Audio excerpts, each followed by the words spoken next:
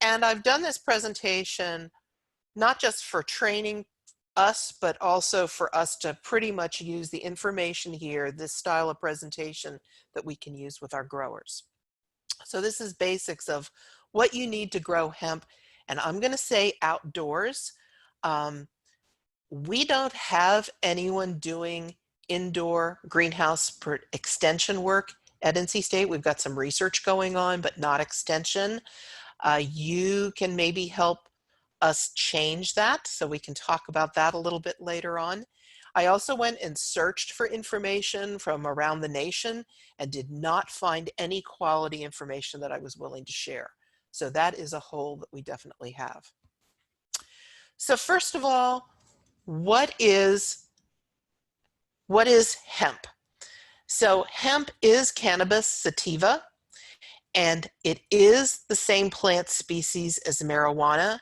Depending on the literature that you read about, you're going to hear about indica and ruderalis.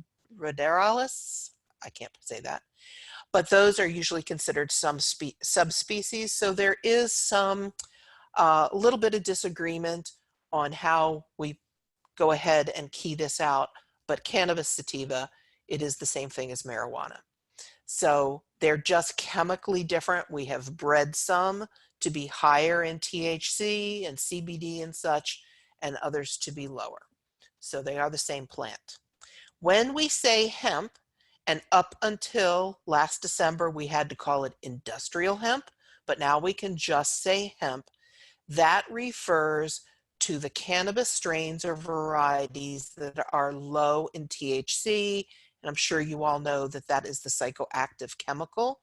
You're going to hear me say strains instead of varieties a lot, because they're not really varieties the way you and I know varieties. They have not been developed where you have that genetic consistency that we would expect to see with normal varieties. So right now we're calling them strains. Hemp has to have a total THC concentration of not more than 0.3% on a dry weight basis. And we're going to talk a little bit more about this Delta 9 THC that has gotten people in a real uproar. And yeah, we'll talk about that a little bit more, but it is total THC and always has been in North Carolina. And any hemp that has a THC level exceeding 0.3% is technically marijuana and is a Schedule I controlled substance. So, you know, there's a lot of excitement about hemp. You see diagrams such as this one, and you hear people say, oh, we can make everything out of hemp, and hemp is going to just save us from everything, and we're going to make all of our paper out of hemp, and we're going to build with hemp and all our foods. And yes, technically that's true. And with the permaculture people that I deal with quite a bit, they are doing a lot of this with their hemp. But we really have three major markets for this. Right now, across the nation for hemp, it's hemp grown for the flowers for CBD, CBG, CBN, and whatever new cannabinoid we discover in 2020. That is our primary market. We also have a very big interest this year on the fiber aspects, and that's going to go into building materials. Right now there is a flooring, a wood being made out of hemp that's increasing in popularity, and a lot of people want to do paper, although a lot of folks still need to understand that we can't just take hemp and run it through a wood pulp mill. That doesn't work that way. And then thirdly, here in the United States is the hemp seeds. And in other countries, that hemp seed industry is much bigger. For example, we import most of our hemp seeds from Canada right now. And that goes into all of these foods that you see with hemp seeds, whether it's granola or granola bars or hemp seed oil that's in salad dressings and such. And then also the hemp seed cake that gets left over after the oil is pressed out that can be used eventually in animal feed and such as that. So I want to start right from the beginning to talk about what's happening in the market. Since we've had hemp legal, there's been a tremendous amount of excitement. It's been very interesting to see when you hold a hemp meeting, how diverse the audience is. From the 20-year-olds that are just all excited to be growing cannabis to the 80-year-old former tobacco grower just looking for something that they think is going to make them some money on their farm.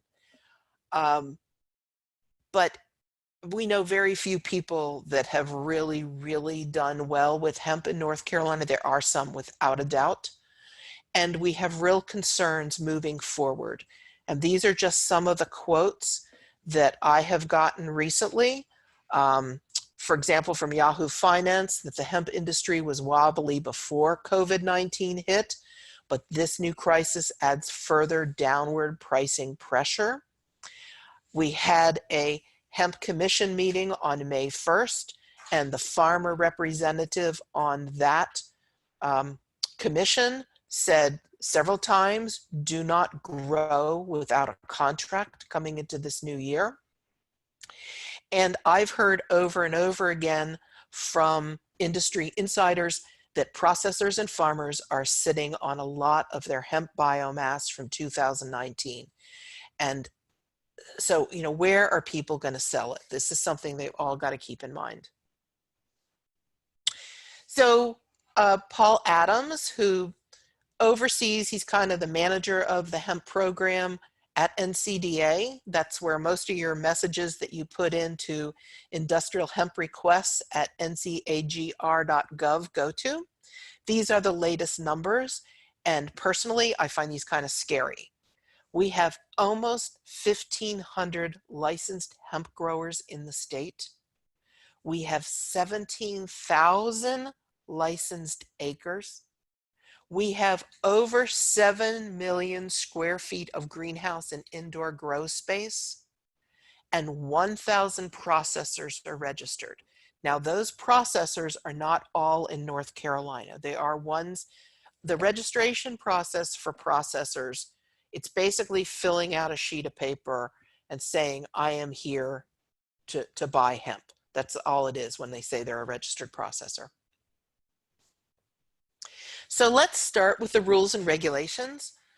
North Carolina started our pilot research, and that's underlined research, program in 2017.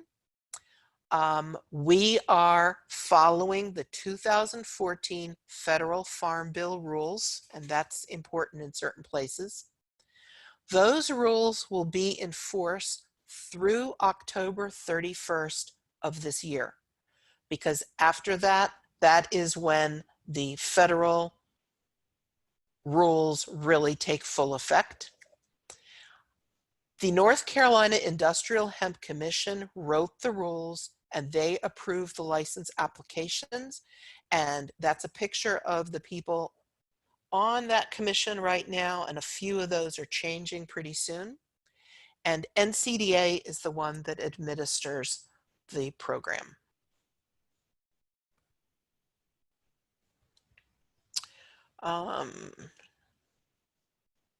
Just a second, there we go. Here is a page that you should all make yourself familiar with. And this is the Industrial Hemp Pilot Program page at NCDA. And this is where all of the information about the applications, there's frequently asked questions, there's all kinds of really good information on here, including when the Hemp Commission meetings are. And you might just want to tune into those once in a while. I listen to most of them, and I just have it kind of playing in the background as I'm doing about my business, because they bring up these interesting little tidbits that are good to hear about. So you do need a license to grow hemp. In North Carolina, actually any state in the United States, you need a license to grow. Here in North Carolina, through October 31st, we're doing that through NCDA. So you go to that website that I just showed you, and you can apply online, or you can do the paper version that you see here on this slide. Only bona fide farmers who filed farm income on last year's tax returns are eligible to be licensed hemp growers. I just handled a question from a master gardener yesterday about this, who wants to grow hemp in her backyard for her daughter who has a disease that hemp is very helpful for. She is not allowed to grow that. And Schedule F is usually what has been filed. There are some other things with people growing trees and stuff like that, that they have other things, but we're trying to keep this a farmer-only program. So home gardeners cannot grow hemp in North Carolina for their personal use.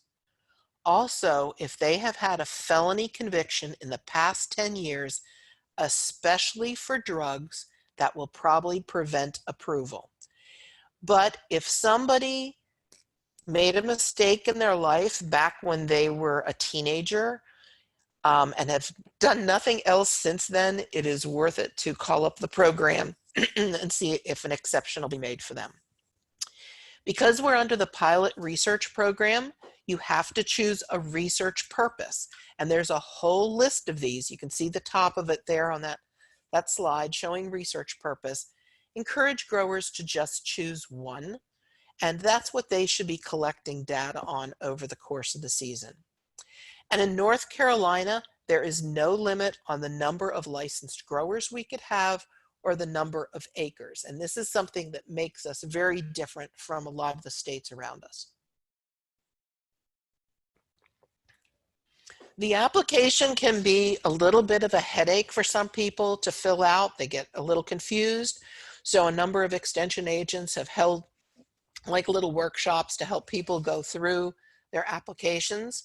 You need to put down your intended acreage or the greenhouse space, and you need to do the GPS coordinates. And this, of course, is very, very easy to do with Google Maps. You can get it very specific. This is showing one of the fields that I've had at the research station in Mills River. They need to put down the names of the intended varieties and where they intend to get them from. It will say something about certified varieties. That really only holds through for grain and fiber varieties. And when you're working with the CBD and CBG, there's usually no kind of certification because everybody's out there producing them right now. But you do need some indication that those are less than 0.3% THC. So if I was buying hemp clones, CBD hemp clones from Smith Farms, I would ask them to show me a copy of their certificate of analysis showing that. You need to indicate what part of the plant that you intend to sell, whether that's the stalks, the seeds, or the flowers. You have to get the name and address of who has agreed to purchase what you grow. Now that is not firm. We don't have to have contracts set up in this state. This also makes us different from some other states. And one of the things that got pointed out at the Hemp Commission meeting on May 1st was that a lot of people left that blank, and that was of concern to members of the commission. That meant that they did not have a contract set up. And then you also need to have the GPS coordinates of where you're going to store your harvest. I also include on mine where I'm storing my seeds, where I'm growing my clones, and where my dryer is. Any place that I am going to have hemp, I think if law enforcement showed up, I want to show them that yes, I am authorized to have that in that place. So then when you submit this form, you are agreeing that you will provide access to NCDA personnel and law enforcement personnel at any time, that you will monitor and destroy volunteer plants for 3 years. This is a point I have to remind people about when they move from one field to another. that you will respond to the research survey that is sent out sometimes pretty late, like I think it went out in February this year for the last growing season, that you'll maintain records of all aspects of production for 3 years, and that you'll notify NCDA if there's any changes to your license. And where people get into trouble on that last point is where when they fill out their application, they think they know where they're going to plant things, and then something happens, that field is too wet or something happens, and they move the field and they forget to let NCDA know that. And we've had some people have crops destroyed because when law enforcement showed up, what was on their license and where they had plants growing did not match up. So that's an important point to remind people. Okay, here's a big one.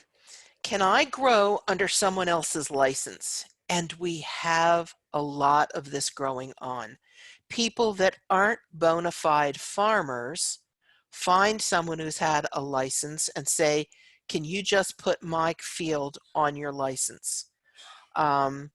We've got people that try to be like the head organizer of like a co-op and let people grow for them, you know, under their license, kind of what people will do with organic certification. We don't recommend that. There's a lot of trust that has to go both ways. If you're the license holder and somebody else is growing under your license and they do something wrong, you're responsible for it.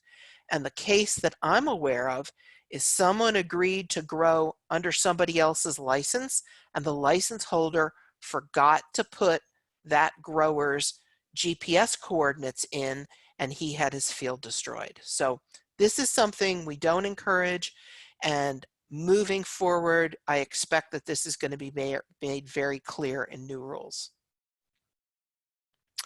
There are costs, and very, very small producers. So people like this master gardener who called me the other day, she was like, well, if I grow some pumpkins or something this year and sell them and become a bona fide grower, could I then apply to grow the next year? And I said, technically, yes, indeed, you could.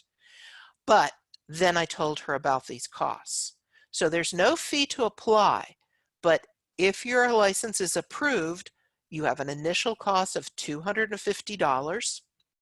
Then there's annual costs of $250 or $500 depending on your acreage, or there's $2 a square foot for your greenhouse space. You are responsible for all of the associated costs to go with your project and with your THC compliance tests. So those THC compliance tests have to be done, but the bill, and this might change, this is the last price that I had for it, was $61 a sample. Okay, here's the highly controversial topic, and that is the testing for potential THC. So the way the things are written, it is confusing. The way it's written is it talks about Delta 9 THC. The reason there's confusion is because the way state labs and law enforcement labs test for THC, they use a GC or an LC, which heats the sample, which converts all the THCA, it decarboxylates it and turns it all into that Delta 9. But a much more common way and less expensive way to test is with an HPLC. And HPLC does not heat the sample. So you end up with two values that then have to be added together to give you a true total THC value. So I know that that is clear as mud. So the thing we've got to remember is we measure total THC decarboxylated Delta 9. There is this mandatory testing, and this is an important point because this is something that's going to affect us in North Carolina in years to come. Right now, the way our pilot program is set up, when your plants begin flowering, you notify NCDA, and you can do that online. There's this cute little form, and you supply some pictures and you put it on, and then an inspector, which are our NCDA plant inspectors that are out in our region, that we all know these people, they will come out to test the plants when they're at about 50% flowering. Those go in for that state compliance tests. If your plants test out below 0.3% THC, you are good to go. You have a legal crop, no matter what happens after that point. If it's over 0.3% THC, and I think they stretch it to 0.39%, then you can ask for a retest. You pay for that retest. And then what NCDA does is right now they contract out their testing, but if you test out hot, they will bring it into the state lab to check. Now, growers can have just one test done on their whole field, which is, a bit of a composite sample. If you have different varieties, you can ask to have different varieties tested. Or if you have a part of a field you're very concerned about, you can have it tested separate. But all of those, you're going to pay for all those additional tests. But once you pass, you are legal. So as that plant continues to grow and to change, even if later on, when you send in your own sample for your marketing purposes, if it tests out higher, your crop is still legal according to our program here in North Carolina. Now, on October 31st of last year, the interim final rule for production of hemp was released by the federal government. So this is a plan for the whole country. Some states now have gone ahead and already have their plans approved under the new federal program. So they're good to go. I believe South Carolina is one of those. Others are working on those plans now. They're continuing to operate on their pilot programs like we are. But we have not made a decision in North Carolina yet about whether we're going to submit our own plan, or if come November 1st, we're just going to say we operate under the USDA. So you have that option as a state. You can either run your own program, or all of your growers can operate under the USDA program. Now, North Carolina is very concerned about some of the things in these federal rules that they say we simply can't afford to do that. So what our state, along with others, some others have asked for, is the pilot program be extended for several more years as some of these issues get worked through. I encourage you to take some time and go and read through this hemp program. Understand what is going to be expected come November 1st. There's a lot of really good information on this page. And some changes have already happened. The question period is all over, from the public that has gone in, but they've already made one change. One thing was that only DEA certified labs could run hemp testing. They very quickly dropped that. There just aren't enough labs out there, and there would never, it wasn't going to work that we say everybody has to have their hemp tested, but we don't have enough labs in the country to do that. So that rule has been dropped. So here in North Carolina, we are going to continue to operate under our pilot program, as I've just explained to you, through the month of October. We have no idea what is going to happen on November 1st. So our growers and myself, I'm license number 84, I will be legal until October 31st. I have no idea what happens November 1st. We don't know if North Carolina doesn't implement their own program, will I be grandfathered into the USDA program? Will I have to apply Am I suddenly going to be growing marijuana because I'm not a licensed grower or whatever? We just don't know. And this is a point that every licensed grower needs to understand right now, that we just don't know. And because we have a pilot program and it is enforced, our growers cannot right now apply to the USDA program. That might happen later on, and part of it is our North Carolina Farm Bill has to get approved in this state to give us some direction on how we're going to move forward. So there's a lot of that gray area, and people should be concerned about this. So one of the things, probably the biggest thing that is causing controversy and that North Carolina says, we just can't make this work, is right now NCDA tests at about 50% flowering. And our plant inspectors go out and they take care of this. But the federal rule says plants must be tested within 15 days of harvest. That is much closer to harvest than what we currently do. And it leaves this little tiny window of time, and we just do not have the staff within NCDA to make this happen for 1,700 licensed farmers across the state. Also, THC continues to go up as our plants mature, and I'll show you some of these figures a little later.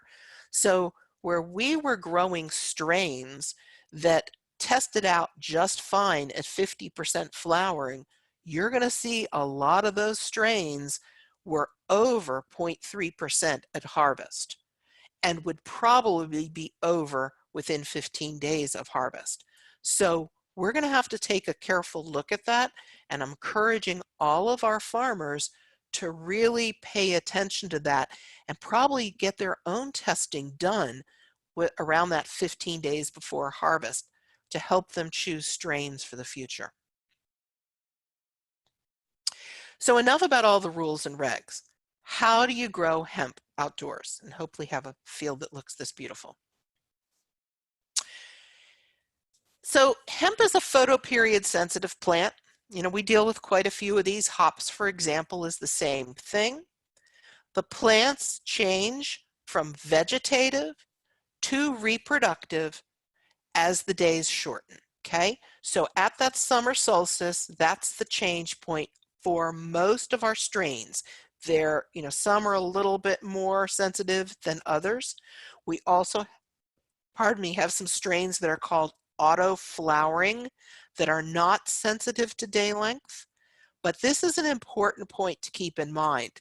And so planting date is very important. And our growers and our research has shown that most of our plants, if we put them outdoor in May to June, we're going to get enough vegetative growth on there to support a good healthy crop.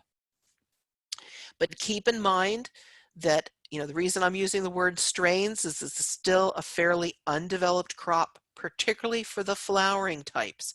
When you buy seeds to grow fiber or grain, they are much more developed. So these genetics are not real stable.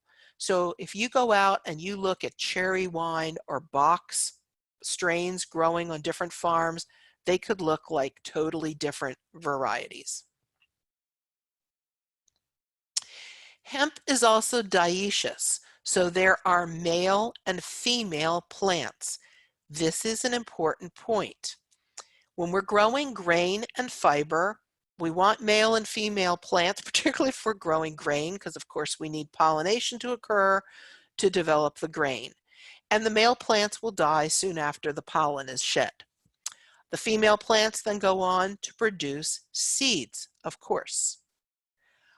This is a problem when we're growing for floral production. When we grow for CBD or CBG or CBN, we want these beautiful flowers, but we do not want them to be pollinated. So this can be a problem if you've got grain or fiber growing too close to where somebody is growing CBD or CBG. And also these plants are sensitive to frost. They are annuals.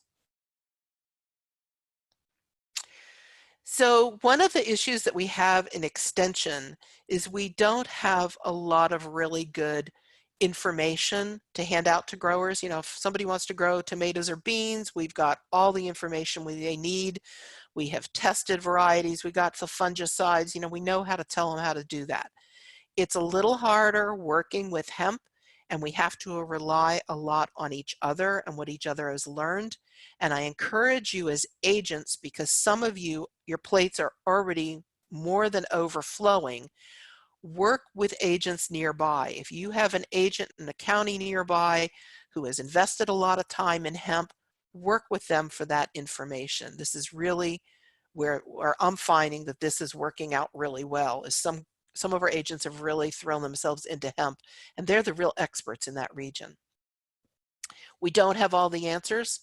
I learn as much from every grower that I visit as, you know, probably more than they get from me.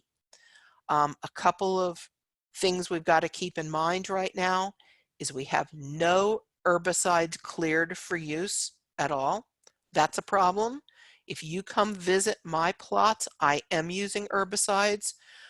Part of that is to help determine what works and doesn't kill the plants, because when we first started growing grain and fiber, if we sprayed that land and then seeded into that, we had a lot of damage. But we're finding when we plant clones and transplants, that's not as much of an issue.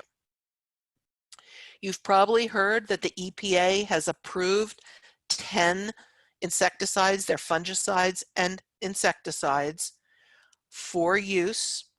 IR4 is doing work on those, but technically they can't be used in our state yet until those manufacturers go ahead and get them registered for use in the state.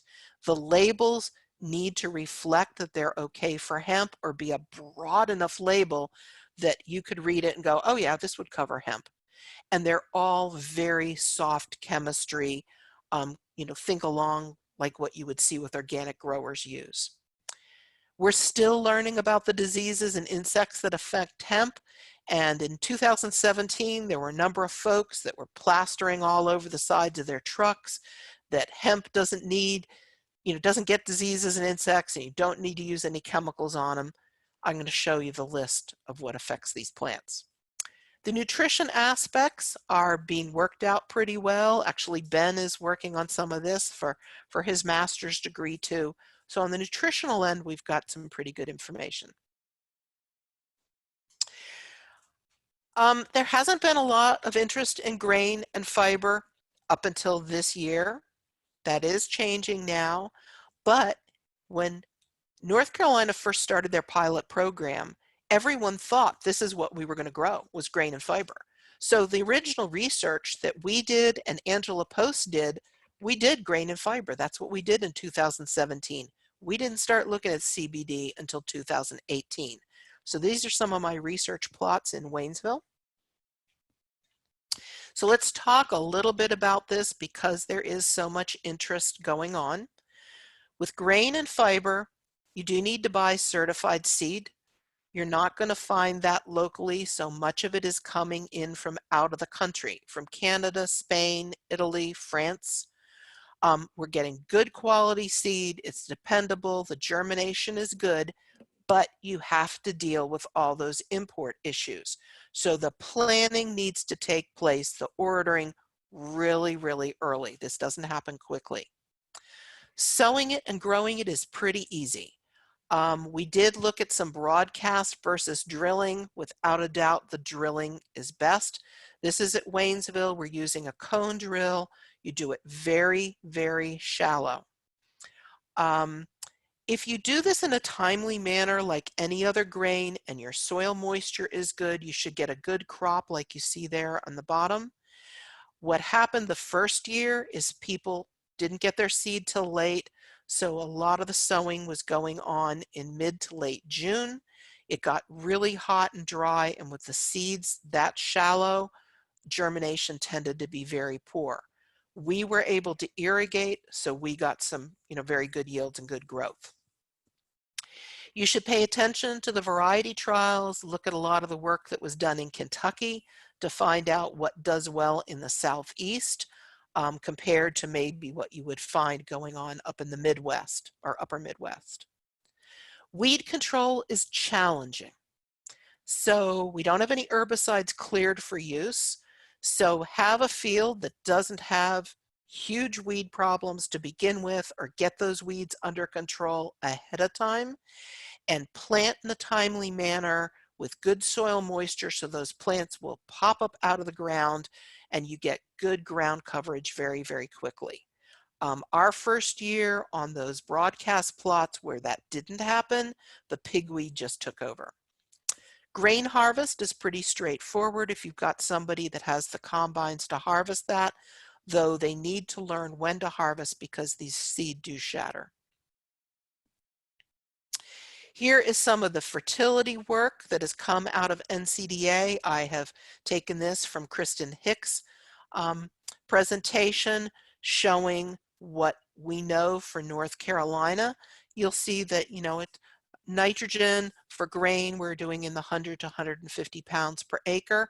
Fiber usually needs a little less. Those are some of my field plots up in Waynesville, showing us harvesting the grain and fiber. We do have a crop code now for hemp. That's crop code 310. I need to clarify this, but my understanding is that this is really for the grain and fiber hemp at this time, these recommendations that you're going to get.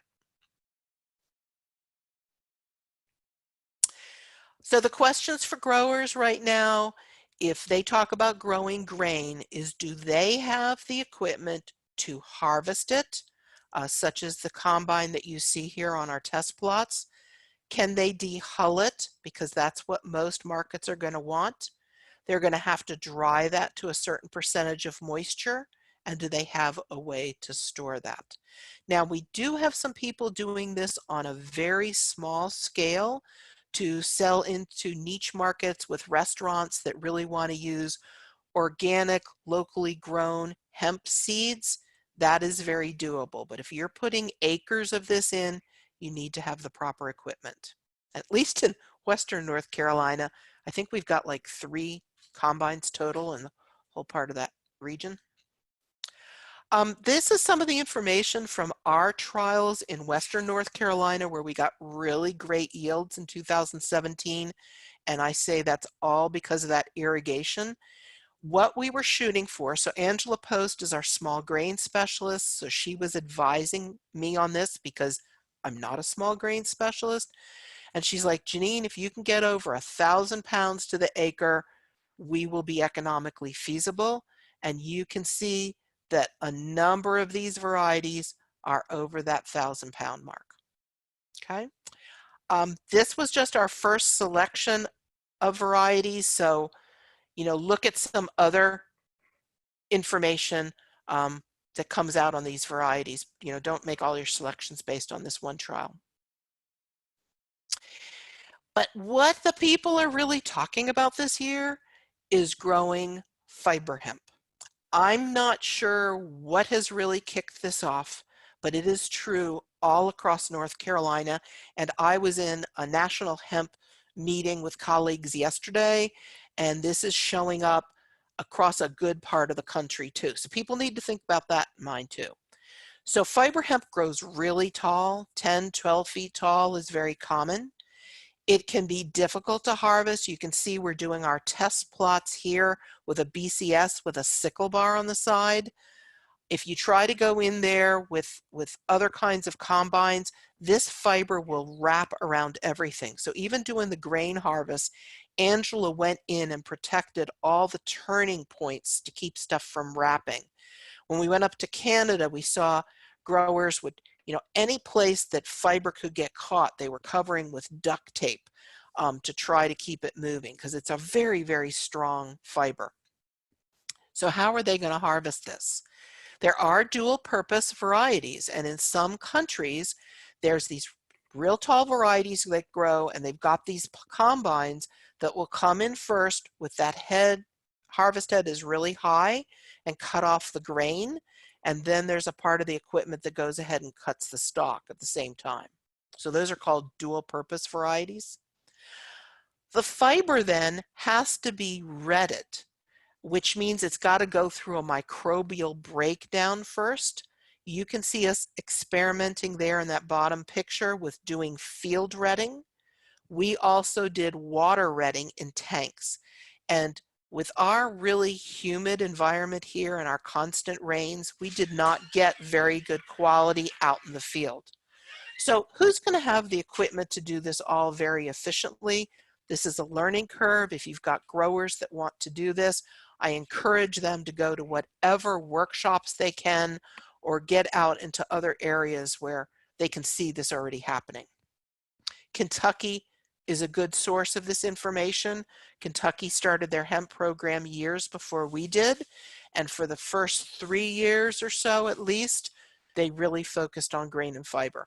Matter of fact, when I was out there last year at their field day, they still only had grain and fiber in those trials. So the question to ask your growers that want to do grain and fiber is, where are they going to sell this stuff? Where are these processors that are going to store, pack, and distribute the grain, or going to press the grain into oil and make seed cake, or are going to decorticate that fiber and turn it into usable products? To the best of my knowledge, here in North Carolina, we only have these 3 fiber processors. Hempville has been getting a lot of press out of Siler City, but they're pretty small. Renaissance Fiber's been around a little bit longer, but they're pretty artisan. I know about their Yadkinville facility. And then Hemp Inc. and Spring Hope, I mean, they've been there a long time. They've gotten a lot of press. My understanding is they still haven't done any hemp yet. They run CNAF through that facility. They still talk about hemp, but I don't know that they've done any yet. And maybe some of you have more information on that than I do. But the biggest interest across the nation for growing hemp is in CBD and now CBG and CBN. So we're going to be going for these 3. Last year it was pretty much still all CBD, but now we've got these other cannabinoids. There's demand for all of them. There's not a lot of planting stock available for CBG and CBN, so the growers that have it are expecting to get high prices for what they produce, but we haven't done any variety trials with them yet. So when someone wants to grow hemp, they just got to do their basics. They have to pull their soil samples, submit them to NCDA, and if they market CBD hemp, they will get pretty good recommendations on what to do to grow them. 100 to 150 pounds N per acre is pretty common for CBD hemp. We do have a lot of information on tissue sufficiency ranges. So pulling tissue samples throughout the season and send them in, working with Michelle McGinnis and Kristen Hicks, we got a lot of that kind of information. This is what we did in terms of fertility last year. These are some of our test plots. I'm not saying this is what you should do, but we got good crops by starting out with 50 pounds of nitrogen, and then our soil tests indicated 17 pounds of P and K at the time that we bedded up that field. We have drip irrigation, so then we fertigated at 2, 4, and 8 weeks after transplant. We applied boron in split applications. We applied micronutrients as needed, and we often find as these plants go into flowering that the demand for these micronutrients are higher. It was pretty common the first couple of years that as plants went into flowering, the plants would suddenly look awful. They would look very brown. So we know that the nutritional needs kind of change as the physiology of that plant is going from I'm growing plant to I'm growing flowers. So for floral production, again, we only want female plants. So when you plant out your clones or your transplants, you go through and you rogue out any of the male plants that could possibly produce pollen. If you bought feminized seeds, encourage your growers to buy feminized seeds from people with a good reputation for this. you want a very high percentage of feminized seed. There's going to be some males that are going to produce, but last year and the year before, we had some growers that had up to 30% males. That's a lot of plants to rogue out. People need to get high quality clones and transplants or seeds. This is getting better as time goes on, but check the quality. When you go to plant, a lot of our common equipment that we use for vegetables and strawberries and tobacco work just fine. Now, we have conducted variety trials. We've worked with Angela Post the past couple of years. Moving forward, that'll be with David Suchoff, who is the new hemp specialist in crop and soil science. So we did 12 strains in Henderson and Rowan County in 2018. Last year, we looked at 30 different strains in 4 different counties. This year, because of the COVID situation, I think we're going to manage to have 3 locations. They will only be 10 strains that we'll look at this year. And here in Western North Carolina, we're going to move it off a research station into a trusted growers field. So, and I'm going to do some blow-ups of this because I know this is a lot of information. This information is all posted on the North Carolina Extension Hemp website, and we've got it for all 4 locations. I'm just showing you the information from Henderson County. So this shows the top varieties that we looked at. Anything that's in green means that's good. If it's in yellow, that's, okay, that's marginal. So if you look over there on the right, my cursor has disappeared. There we go. You can see like 0.39, that would technically pass, but that's pretty iffy here. And remember, these THC values are at harvest. We did pass all of our compliance tests at 50% flowering, but this is giving us an indication of varieties like this wolf strain. That probably is going to be a problem if the testing is done within 15 days of harvest. So if it's in orange, that's like ones that we're really concerned about. Here on the CBD column, last year, our processors were looking for 10% or higher CBD. So it's in blue, the ones that are above that. That will probably change with these new rules. I'm hearing now that some of the processors are talking 8 to 10%, because what happens as these plants develop, the CBD goes up and the THC is going up too. Okay? So here's just focusing a little closer on like the yields. So of course, high yields are really important, and you'll see there's a big variation in yields. We've got floral yields, which is just the buds, because we've got a good market in North Carolina for smokable bud. We've got to see what happens with that in the future with law enforcement. And then we have the whole plant dry weight, which is giving you some indication of what's called biomass, which is what then gets in and gets ground up and extracted for oil. This is a close-up then looking at that total THC and CBD. Okay. So what we found from last year is that all of our strains were over 0.3% total THC at maturity in Henderson County. So for most of these strains, we would have to harvest them earlier in order to be compliant with the state and USDA. Okay, so harvest timing is going to be very important. So we looked at things like spacing and mulching. I'm just going to show you a little bit of the research, and you can always go back to this later. But we looked at spacing and mulch, and what we found originally, a lot of growers were putting a lot of plants in the field. And when you're spending $3, $4 per plant, that's a lot of money.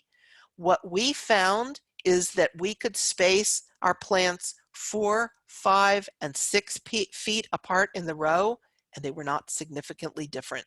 Now this was, there's different growth habits to these plants. So we call anything that's cherry wine type, so like box and some of these others, this is fine. The only place that things drop down is at that 3-foot spacing. That was significantly less in yield when we got that close. However, those plants did come into flower a little bit earlier, so that might be something to consider if you're trying to pull off a crop quicker for some special reason. There's been a lot of question about growing on plastic versus growing on open beds, and we actually had quite a bit of controversy among us as extension specialists, because remember, we didn't have any hemp specialists. So we had a cotton specialist, a small grain specialist, and a vegetable specialist were the first ones at NC State that got into hemp. And we disagreed on this.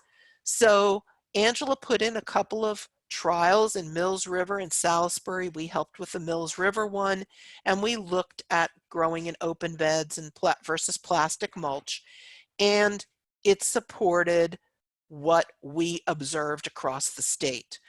There's really no difference.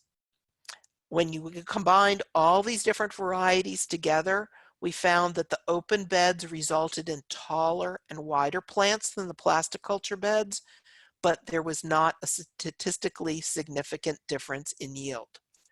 What we have learned is that if you're a tobacco grower in Eastern North Carolina and you have never grown with plastic and drip again, it's not a good time to learn. If you've got the equipment to grow a beautiful crop like you see on the right, you know how to cultivate, you know how to grow on bare ground, that's what you should use. But if you're a longtime vegetable or strawberry grower that knows how to use a plasticulture system and you don't have cultivation equipment, then go with the plasticulture. So use the equipment and production system that you have experience with. I've told you that these varieties are really sensitive to planting date.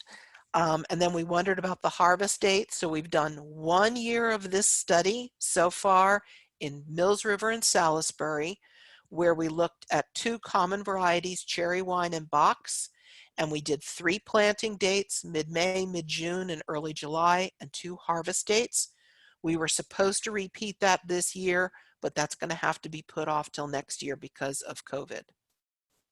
But what we found in 1 year, this is just looking at planting date or at Mills River, is that our yields significantly decreased the later we went. We got much higher yields in May and June than we did in July. So, July, we're past that summer solstice. So it just, we just didn't get the yields. And this was true at both locations.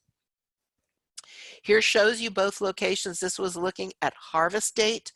There was not a significant difference in yields with these harvest dates, but Salisbury did produce higher yields than Mills River. And we are seeing this across the state, that our yields tend to be higher in the eastern part of the state than the western part of the state, and we don't have a good explanation yet. Hemp does like water, so irrigation is recommended, that you can apply it if you need it. A lot of people are using drip irrigation with and without plastic mulch. However, hemp will not grow well in a poorly drained field. It does not like wet feet. You need to scout the field very, very often to rogue out those male plants that you find and to search for diseases and insects and nutritional problems. And this is the current list that I have of the problems that we have encountered so far. The ones that have the asterisks are the ones that a lot of reports went through the plant disease and insect clinic for last year. So yeah, we get lots of problems and we don't have a lot of things to do for them yet. I mentioned that we did get these 10 pesticides approved by the EPA in December. So you can see we've got some neem oil-based products. We got things like Regalia, which we've had pretty good success with, and some potassium salts of fatty acids. So, none of these are really hard chemistry yet. And again, these products should not be used until they have actual container labels, so your basic pesticide rules apply. and they need to be registered with NCDA, and Roger Batts is continuing with his testing. He's gotten approval to do a lot of that this year. Now, in addition to the compliance testing that needs to be done, growers need to do their own testing. They should do some of this throughout the season, and they definitely need to do it in order to be able to market their crop. So I call it their pre-market testing, because this is like, this is like their grade standard. I've got this high quality crop. Here is my certificate of analysis that shows you what my THC, my CBD or CBG or whatever. It also shows if I've got mold or heavy metals. These are all important things to this industry. This is just the example of the lab that we have here in North Carolina that really stepped up to the plate. That's also where a lot of the state testing is being done. They are DEA certified, but there are many other labs. An important thing for your grower to ask about is, get recommendations. Some of these labs do a great job, but they take forever to get you the results. And if you're trying to sell your crop, you want your results pretty quick. When it comes to harvest, the timing is critical. What we have done pretty much the past few years is we monitor the trichomes, and you can just look at these with a hand lens. And when you see these on the flowers to change in color, they get kind of milky before they turn amber. We're not growing marijuana. In marijuana, you want to take it a little further. But for hemp, when they start to turn milky, that's when we want to harvest. But as I mentioned, we're going to have to be more careful as we move forward. We might be harvesting a little earlier, so this testing will be very important. So we've got to be watching for those THC levels a little closer. Most of our growers are harvesting by hand. As this industry becomes more competitive, we're going to have to get much more efficient. So people are going to have to start investing in harvest equipment unless they're growing for a very high-priced niche market. You're going to learn terms like bucking, which is what you see Rob doing there, and that is stripping off the leaves and the buds from the stem material. There are machines that can do that. There's some that are pretty ridiculous that, you're basically feeding in one stem at a time. He can actually outdo him with his little bucket system here than those machines. But this is the kind of equipment we need to be working with. I have a hop harvester machine that I've worked with that manufacturer to actually run hemp through. Did a pretty good job, so he's going to maybe look at modifying that machine or actually giving me an adapter to put on that for the future. We've also got to learn how to dry, and Grant Ellington and Bio and Ag Engineering is doing drying studies. We have done a little bit, although that's not my expertise, but we're working with Grant on that. We've also installed 2 tobacco barns to do more work in this area. But crops getting moldy during the drying and storage process is a huge problem and actually gave the North Carolina industry a bit of a reputation in 2018. We did better last year, but they've got to be careful about that. And some of that's going to have to do with the variety you choose and its growth habit. Can you just turn it upside down and let it dry? Or is it going to get so dense when you do that that you actually need to break it up? Selling the crop, you really need to plan way in advance on this. Contracts, although we're going to talk some about that in the next hour, about, were contracts helpful or not? I think it all depends on the experience and reputation of the company you're contracting with. Can you do direct sales? The growers in Western North Carolina that I work with tend to be small scale. They do direct sales. They have tight relationships with dispensaries. They're not doing huge acreages, and they actually are making pretty good money per the square footage that they're growing in, but I don't think that ramps up in scale very well. You need to understand what your product is worth. A lot of people think their product is worth a lot more than it is because they've not seen high quality products, so they need to go to some of these competitions that go on in this our region, and they can see what brings top dollar. And then what other growers are doing is they're sending their product to a processor and they're getting back the oil to sell themselves, or they're getting some oil back as part of their payment. So there's all different options. So here are some quotes that I got last month as part of another presentation I did for Madison County. And what growers need to understand is that prices are in a general decline. We've got a lot of growers out there in the country. We've got a lot of processors sitting on a lot of product. We don't know what COVID is going to do, but people need to be careful. And here's this one advice that came back from Formation Ag saying that growers would be wise to not plant any more than they could afford to turn under. The bottom point there, smokable hemp has been a high value product and been very lucrative for many North Carolina growers. Those prices are down at the present time, and remember, the legality of smokable hemp in North Carolina is still in question. So it's legal now, but we don't know where it's going to be in a couple months. So there's a lot of volatility and oversupply in this market. So, people just need to be really careful. They need to only sell the best. They need to develop a reputation as being a high quality producer. They need to decide whether they're just playing with this or going to stick with it in the long haul. And I think growers should have made that decision before going into the 2020 season, because to be competitive, they're going to have to start spending more money on proper equipment and storage materials and such. So Gary Bolin has been working up some budgets, and I can see that this isn't very legible for you at this point. I am going to share these with you. So he did these, and you'll see that the Western North Carolina says organic. This is not certified organic, but the growers that we do have certified organic growers, but our growers in the western part of the state tend to take an organic approach. And Gary has done this by interviewing growers all over the state multiple times. In the eastern part of the state, they tend to be taking a more conventional ag approach to it. So he does have a real difference in these two.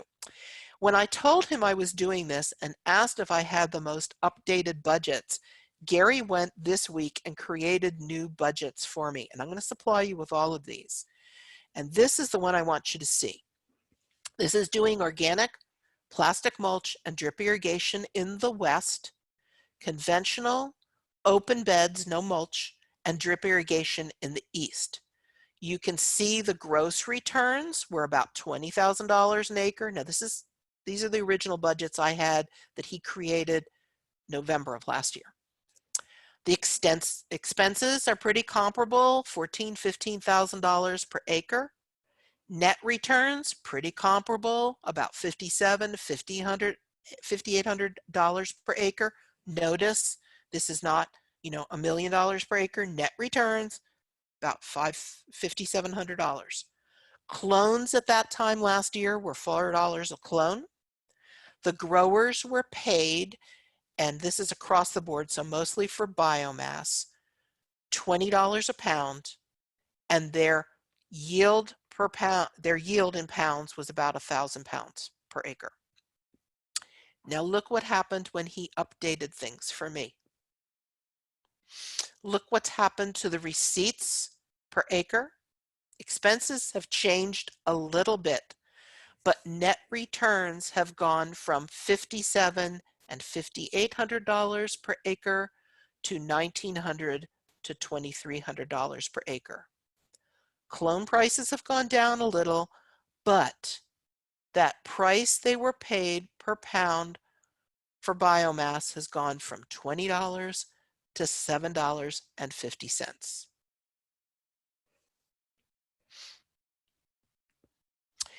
I did make the small mention on greenhouses. So here is some work that's being done by Brian Whipker and Brian Jackson and some of their graduate students. So they are doing research on these But right now, there's that extension work is not being done. And we can talk about that a little bit about how we can try to get the personnel within extension to be able to handle indoor production. I think that's really important. We've got a lot of people doing it. That's not my expertise.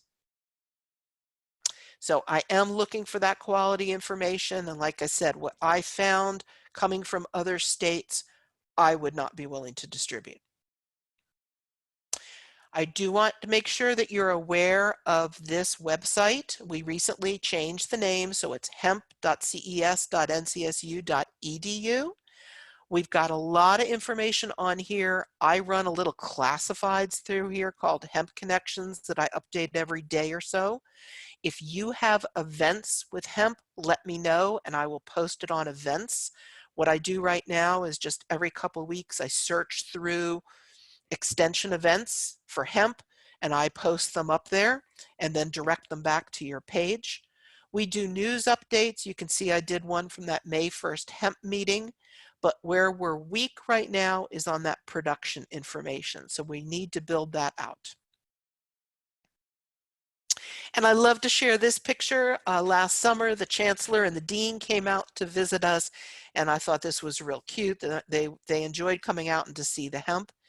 And, you know, all of us that have taken on hemp at NC State did it in addition to all of our other responsibilities that we had. So I want to say thank you to everyone for doing that.